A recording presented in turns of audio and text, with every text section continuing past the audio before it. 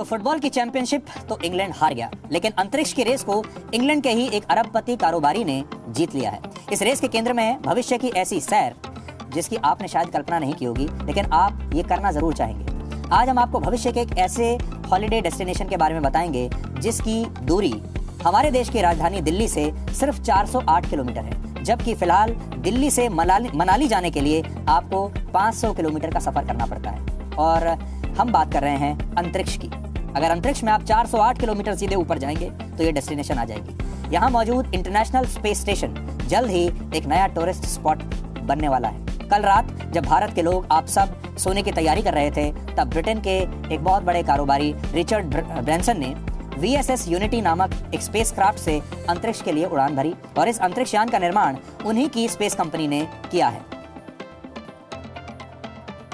और इस सफलता के साथ ही 70 वर्ष के रिचर्ड ब्रैंसन और उनकी कंपनी ने स्पेस टूरिज्म के क्षेत्र में बढ़त हासिल कर ली। आज से 8 दिन बाद यानी 20 जुलाई को दुनिया के सबसे अमीर उद्योगपति और अमेज़न कंपनी के मालिक जेफ बेजोस भी अपनी स्पेस कंपनी के एक स्पेसक्राफ्ट से अंतरिक्ष के लिए ऐसी ही उड़ान भरने वाले हैं। रिचर्ड ब्रैंसन के साथ इस उड़ान में उनकी कंपनी के 3 अधिकारी और 2 पायलट शामिल थे।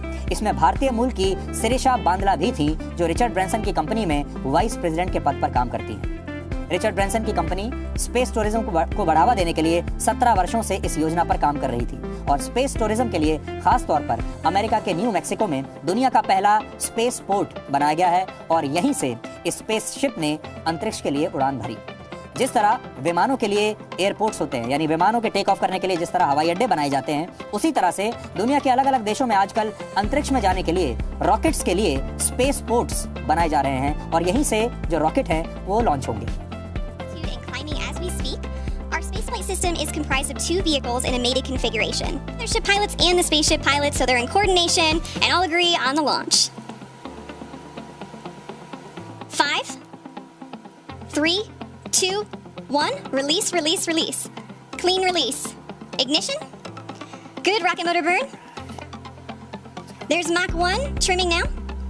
To space, things are looking great. We are 25 seconds into the burn now, approaching Mach 2. 30 seconds, Mach 2. Everything's looking really good and stable. 40 seconds. 45 seconds. 50 seconds, approaching Mach 3. The pilots are now unlocking the Eve, named thoughtfully by Richard after his late mother Eve, and Spaceship Unity, named by the late Stephen Hawking as a vehicle that will unite the world through space. Once at the launch altitude and location, Eve will release Unity for a voyage to space. तो अभी आप खुद तो अंतरिक्ष में नहीं जा सकते, लेकिन हम आपको घर बैठे वो अनुभव देने की कोशिश कर रहे हैं। लॉन्चिंग से लेकर वापस पृथ्वी पर लैंडिंग तक इस उड़ान की अवधि कुल मिलाकर 90 मिनट थी, यानी 1.5 घंटा। लेकिन इस स्पेसशिप जिसका नाम है VSS यूनिटी, ये सिर्फ 4 मिनटों तक ही अंतरिक्ष में रहा। जहां तक ये अंतरिक्ष यान पहुंचा उसे सब ऑर्बिटल स्पेस कहते हैं। Sub orbital space. इसके लिए पहले इस अंतरिक्ष यान को एक कैरियर प्लेन की मदद से पृथ्वी से 50,000 फीट की ऊंचाई पर पहुंचाया गया और इसके बाद ये अंतरिक्ष यान इसे इतनी ऊंचाई तक ले जाने वाले प्लेन से अलग हो गया और आगे की यात्रा इसने रॉकेट्स की मदद से पूरी की। और जब पायलट्स ने इस अंतरिक्ष यान के रॉकेट्स को दागा तो इसकी स्पीड ध्वनि की रफ्तार से भी 3 गुना ज्यादा हो गई थी। एक प्राइवेट जेट के आकार वाला ये अंतरिक्ष यान 3700 किलोमीटर प्रति घंटे की स्पीड के साथ पृथ्वी से 86 किलोमीटर की ऊंचाई तक पहुंचा। Ignition. Good rocket motor burn. There's Mach 1, trimming now.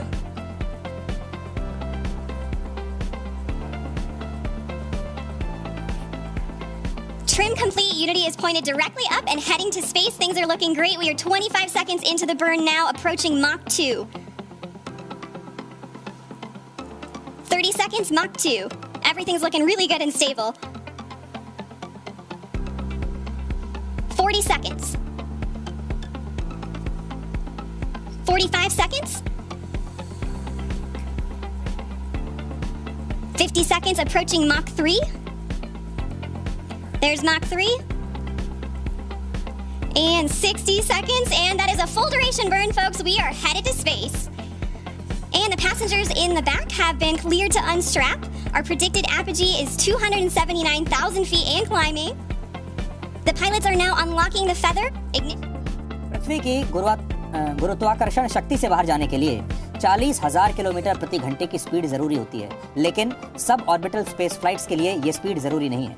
पृथ्वी से 100 किलोमीटर की ऊंचाई तक को सब ऑर्बिटल स्पेस कहते हैं। इस ऊंचाई तक पहुंच जाने के बाद भी पृथ्वी की गुरुत्वाकर्षण शक्ति पूरी तरह से समाप्त नहीं होती और फिर भी सब ऑर्बिटल स्पेसक्राफ्ट में सवार अंतरिक्ष यात्री भारहीनता का कुछ हद तक वैसा ही अनुभव कर पाते हैं जैसा इंटरनेशनल स्पेस स्टेशन की यात्रा करने वाले एस्ट्रोनॉट्स को होता है, जिसमें आप देखते हैं कि वो हवा में एक तरीके से उड़ते हुए प्रतीत होते हैं। तो इस जगह पर जाने के बाद कुछ इस ऐसी फीलिंग आती है जो आप तस्वीर पर देख पाएंगे।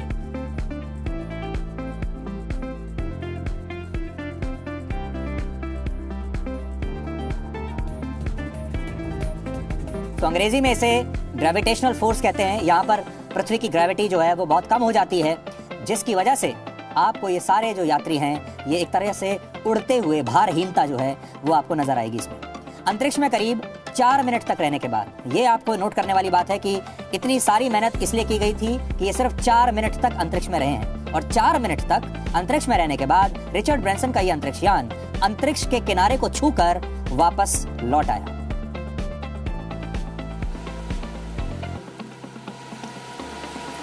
Main gear touchdown. And we're going to hold it just like this for a minute before bringing the nose down. You can see they're already celebrating inside there. And the nose is coming down now. And braking.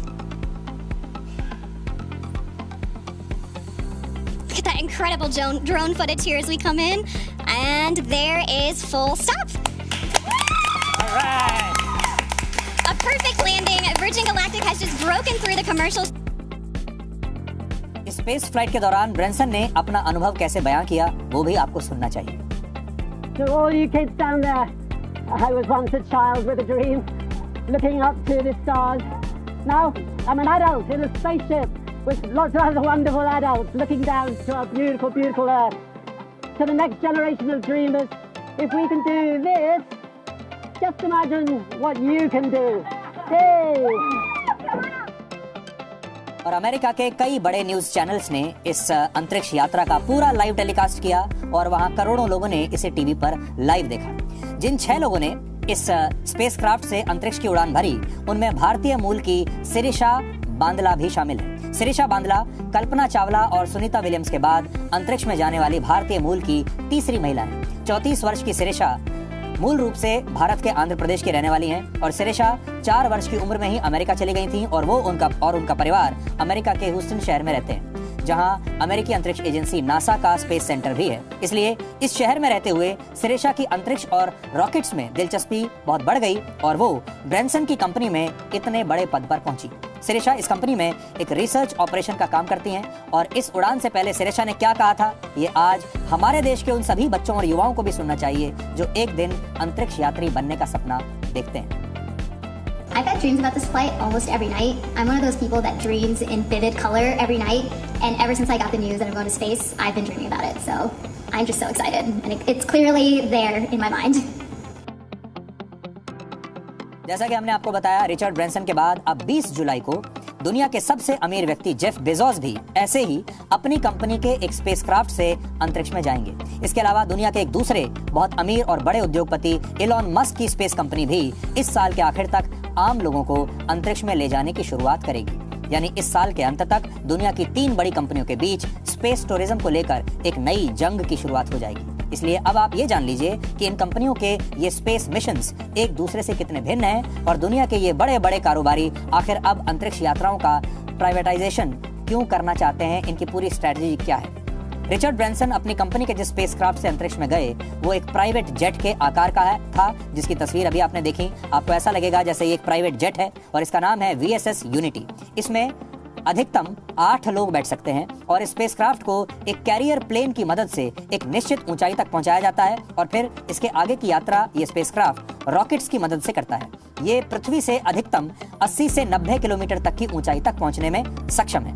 जबकि Jeff Bezos की company के spacecraft का नाम है new shepherd. इसका आकार पारंपरिक रूप से अंतरिक्ष में जाने वाले स्पेसक्राफ्ट जैसा है, जिन्हें कैप्सूल्स कहते हैं। इसे पृथ्वी से अंतरिक्ष तक एक रॉकेट की मदद से पहुंचाया जाएगा और अंतरिक्ष में पहुंचने के बाद कैप्सूल और रॉकेट अलग अलग हो जाएंगे। रॉकेट वापस पृथ्वी पर लौट आएगा, जबकि कैप्सूल कुछ मिनटों तक ऐसे ही अंतरिक्ष में तैरता रहेगा। इसमें एक बार में 6 लोग बैठ सकते हैं और इसमें कोई पायलट नहीं होगा, यानी इसकी उड़ान पूरी तरह से स्वचालित होगी, ऑटोमेटिक होगी। ये पृथ्वी से 100 किलोमीटर तक की ऊंचाई पर जाएगा और कुछ मिनटों के बाद पैराशूट की मदद से ये पृथ्वी पर वापस लैंड करेगा। तो फर्क इसमें पूरी टेक्नोलॉजी का फर्क है। और दूसरा फर्क ये भी है कि ये ब्रैनसन के स्पेसक्राफ्ट से 10 किलोमीटर और ऊपर तक जाएगा, जबकि इलॉन मस्क की कंपनी ने प्राइवेट अंतरिक्ष यात्रियों को ले जाने के लिए जो अपना स्पेसक्राफ्ट तैयार किया है उसका नाम है ड्रैगन कैप्सूल। अंतरिक्ष यात्रा के मामले में स्पेस एक्स बाकी की दोनों कंपनियों से ज्यादा अनुभवी है। स्पेस एक्स के रॉकेट्स अंतरिक्ष यात्रियों को इंटरनेशनल स्पेस स्टेशन तक ले जाने में सक्षम है और पिछले साल 2 बार स्पेस एक्स ने फैल्कन 9 रॉकेट की मदद से ड्रैगन कैप्सूल को इंटरनेशनल स्पेस स्टेशन पर भेजा भी था। दोनों बार इसमें नासा के अंतरिक्ष यात्री सवार थे, लेकिन इस बार स्पेस एक्स दुनिया के बड़े बड़े उद्योगपतियों को अंतरिक्ष की सैर कराने का मौका देना चाहता है और इसलिए वो अब इसे इस सेक्टर को आम लोगों के लिए खोल रहा है। अब आपको बताते हैं कि प्राइवेट स्पेस कंपनियों की मदद से अंतरिक्ष की सैर करने के लिए आपको कितना पैसा खर्च करना पड़ेगा। अभी तो आप कल्पना ही कर सकते हैं, लेकिन भविष्य में ऐसा समय आएगा कि आप जिस तरह से आज आप किसी प्लेन की टिकट खरीदते हैं, किसी एयरलाइन की टिकट खरीदते हैं, वैसे ही आप इन अंतरिक्ष यान की टिकट भी इन्हें खरीद पाएंगे और फिर आप अंतरिक्ष में जा पाएंगे। रिचर्ड ब्रैनसन की कंपनी इसके लिए एक अंतरिक्ष यात्री से यानी एक सीट के लिए 2 करोड़ रुपए चार्ज करेगी। यानी अगर आपको इसमें एक सीट बुक करानी है एक व्यक्ति के लिए तो 2 करोड़ रुपए आपको देना पड़ेगा। और इस कंपनी के पास अभी से 600 से ज्यादा बुकिंग्स हो चुकी हैं और इनमें अमेरिका के मशहूर पॉप स्टार जस्टिन बीबर से लेकर हॉलीवुड अभिनेता लियोनार्डो डिकैप्रियो जैसे लोगों के नाम शामिल हैं। यानी जितने हाई प्रोफाइल बड़े बड़े लोग हैं वो सब अंतरिक्ष की यात्रा करना चाहते हैं। जबकि जेफ बेजोस की कंपनी के स्पेसक्राफ्ट में एक सीट बुक कराने के लिए आपको लगभग 1 करोड़ 60 लाख रुपए खर्च करने पड़ेंगे। एक टिकट 1 करोड़ 60 लाख रुपए की है। इलॉन मस्क की कंपनी इसी काम के लिए कितना चार्ज करेगी अभी तक उन्होंने इसका खुलासा नहीं किया है, यानी वो एक टिकट कितने की बेचने वाली है इसका खुलासा भी नहीं हुआ है। ब्रैनसन की कामयाबी पर कल ही इलॉन मस्क ने उन्हें बधाई दी और जेफ बेजोस ने भी इस फ्लाइट से पहले ब्रैनसन को अपनी शुभकामनाएं दी थी। लेकिन इस फ्लाइट की कामयाबी के बाद जेफ बेजोस की कंपनी ने जो किया वो आज आपको हैरान कर देगा। आपने इससे पहले अखबारों में गाड़ियों के विज्ञापन जरूर देखे होंगे और ये भी देखा होगा कि अलग अलग कंपनी अपनी गाड़ियों की तुलना दूसरी कंपनी की गाड़ियों से करके बताती हैं और वो विज्ञापनों में ये कहते हैं कि कैसे उनकी गाड़ी ज्यादा सुरक्षित है, ज्यादा आधुनिक है, ज्यादा माइलेज देने वाली है और सस्ती भी है। ठीक वैसे ही स्पेस रेस के शुरुआत होते ही अब ये स्पेस में एक दौड़ शुरू हो गई है और इसके शुरू होते ही इन स्पेस कंपनियों ने भी अपने अपने अंतरिक्ष यानों की खूबियां बतानी शुरू कर दी है और इसके लिए जेफ बेजोस की कंपनी ने एक मार्केटिंग कैंपेन शुरू किया है और विज्ञापन जारी करके बाकायदा ये बताया जा रहा है कि कैसे इस कंपनी के रॉकेट और अंतरिक्ष यान रिचर्ड ब्रैनसन की कंपनी के रॉकेट और अंतरिक्ष यान से बेहतर है। इस विज्ञापन में लिखा है कि ब्लू ओरिजिन का स्पेसक्राफ्ट पृथ्वी से 100 किलोमीटर और इससे भी ज्यादा ऊंचाई तक उड़ सकता है, जबकि वर्जिन गैलेक्टिक 80 से 90 किलोमीटर तक की ही ऊंचाई पर जाने में सक्षम है। विज्ञापन में आगे लिखा है कि वर्जिन गैलेक्टिक ऊंचाई पर उड़ने में सक्षम प्लेन से ज्यादा कुछ नहीं है, ये एक प्लेन का ही दूसरा रूप है, जबकि ब्लू ओरिजिन का नया शेफर्ड स्पेसक्राफ्ट रॉकेट की मदद से उड़ता है, यानी असली रॉकेट वही है। रिचर्ड ब्रैनसन के स्पेसक्राफ्ट वीएसएस यूनिटी की विंडोज बहुत छोटी हैं, इस विज्ञापन में ये लिखा है, खिड़कियां बड़ी छोटी हैं उसकी, जबकि न्यू शेफर्ड अपनी श्रेणी में सबसे बड़ी विंडोज के साथ आता है। यानी वो ये बता रहा है कि हमारी विंडोज बड़ी हैं और जब आप हमारे स्पेसक्राफ्ट में बैठकर जाएंगे तो आपको अच्छा बेहतर बड़ा व्यू मिलेगा बाहर का अंतरिक्ष का, क्योंकि आखिर अगर आप करोड़ों रुपया खर्च करके अंतरिक्ष में जा रहे हैं तो आपको व्यू भी वैसा ही मिलना चाहिए। वीएसएस यूनिटी में इमरजेंसी एस्केप सिस्टम नहीं है, जबकि न्यू शेफर्ड में एस्केप सिस्टम मौजूद है। वीएसएस यूनिटी पर्यावरण को नुकसान पहुंचाता है, जबकि ब्लू ओरिजिन का न्यू शेफर्ड अंतरिक्ष यान एनवायरनमेंट फ्रेंडली है।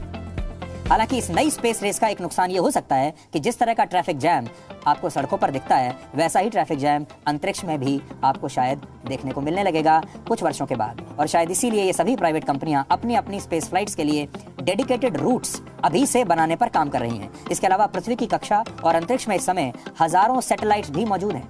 United Nations office for outer space affairs के मुताबिक अंतरिक्ष में अभी तक 11,000 से ज्यादा सैटेलाइट्स को लॉन्च किया जा चुका है, 11,000, जिनमें से करीब 7,500 सैटेलाइट्स अभी भी एक्टिव हैं, जबकि बाकी के सैटेलाइट्स या तो जलकर नष्ट हो चुके हैं या उनकी डिब्री की शक्ल में अभी भी वो अंतरिक्ष में तैर रहे हैं। इनमें से कुछ सैटेलाइट्स के टुकड़े आकार में बहुत बड़े हैं और उनका पृथ्वी से टकराने का खतरा हमेशा बना रहता है। कुछ दिन पहले जेफ बेजोस की कंपनी ब्लू ओरिजिन ने पहली कमर्शियल स्पेस फ्लाइट के लिए टिकटों की नीलामी की थी और इसमें एक उद्योगपति ने 205 करोड़ रुपए में ये टिकट खरीदा था। ये व्यक्ति कौन है अभी इसकी जानकारी सार्वजनिक नहीं की गई है, लेकिन कोई तो है जो 200 करोड़ रुपए खर्च करके जाना चाहता है अंतरिक्ष में।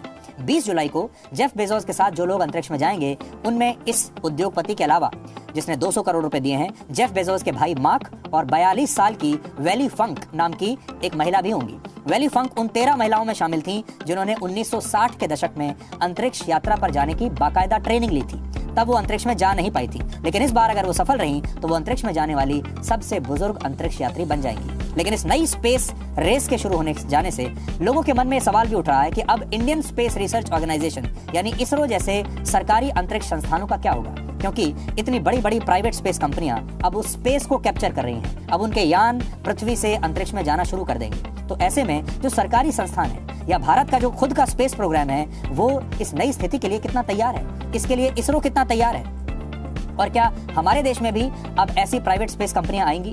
इसरो को बहुत कम कीमत में स्पेस मिशन लॉन्च करने के लिए पूरी दुनिया में जाना जाता है, लेकिन हो सकता है कि आने वाले दिनों में इसरो जैसे सरकारी अंतरिक्ष संस्थानों के लिए इस रेस में टिके रहना मुश्किल हो जाए। और समझिए क्यों, एक उदाहरण से समझिए। इसरो ने नवंबर 2013 में मंगलयान को लॉन्च किया था।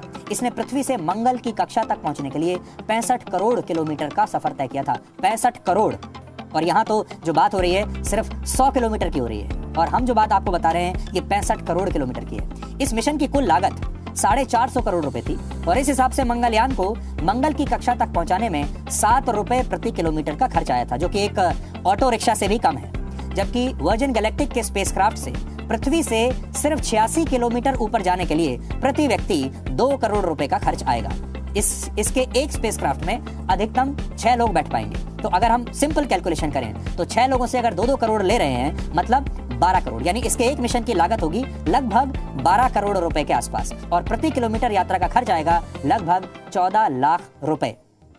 लेकिन जैसे जैसे प्राइवेट स्पेस कंपनियां अपनी उड़ानों की संख्या बढ़ाती चली जाएंगी वैसे वैसे इसकी लागत में कमी आने लगेगी, इसकी टिकट सस्ती होती चली जाएगी। 2001 में मशहूर अमेरिकी उद्योगपति Dennis Tito International Space Station पर जाने वाले पहले स्पेस टूरिस्ट बने थे, और इसके लिए उन्होंने उस समय करीब 56 करोड़ रुपए खर्च किए थे। जबकि आज नई स्पेस रेस शुरू हो जाने के बाद इसकी कीमत 56 करोड़ से गिरकर सिर्फ 1.5 से 2 करोड़ रुपए प्रति टिकट तक आ गई है। स्पेस एक्स के मालिक इलॉन मस्क का तो यह भी मानना है कि इस लागत में अभी 99% तक की और कमी लाई जा सकती है। यानी आप में से बहुत सारे लोग हमारे देश में भी ऐसे होंगे जो अब अपना बर्थडे सेलिब्रेट करने के लिए अपने दोस्तों को स्पेस स्टेशन में ले जा सकते हैं। आप अपना बर्थडे सेलिब्रेट करके अपना केक काट कर वहां से वापस आ सकते हैं, और ये सब कुछ अफोर्डेबल होगा।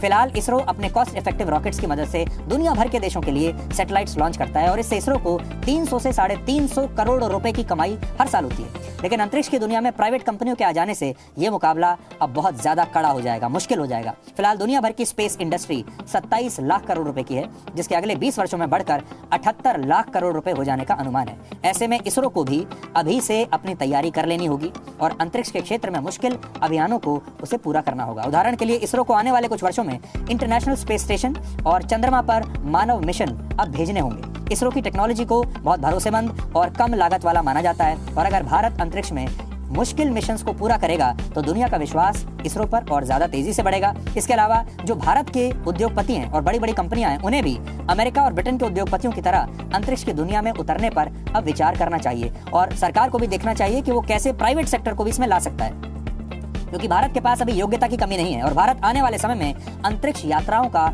एक बहुत बड़ा केंद्र बन सकता है। और जैसा मैंने आपको कहा कि आप भी कोई खास मौका सेलिब्रेट करने के लिए या सिर्फ अपने अनुभव के लिए भी बहुत जल्द खुद अंतरिक्ष में जा पाएंगे।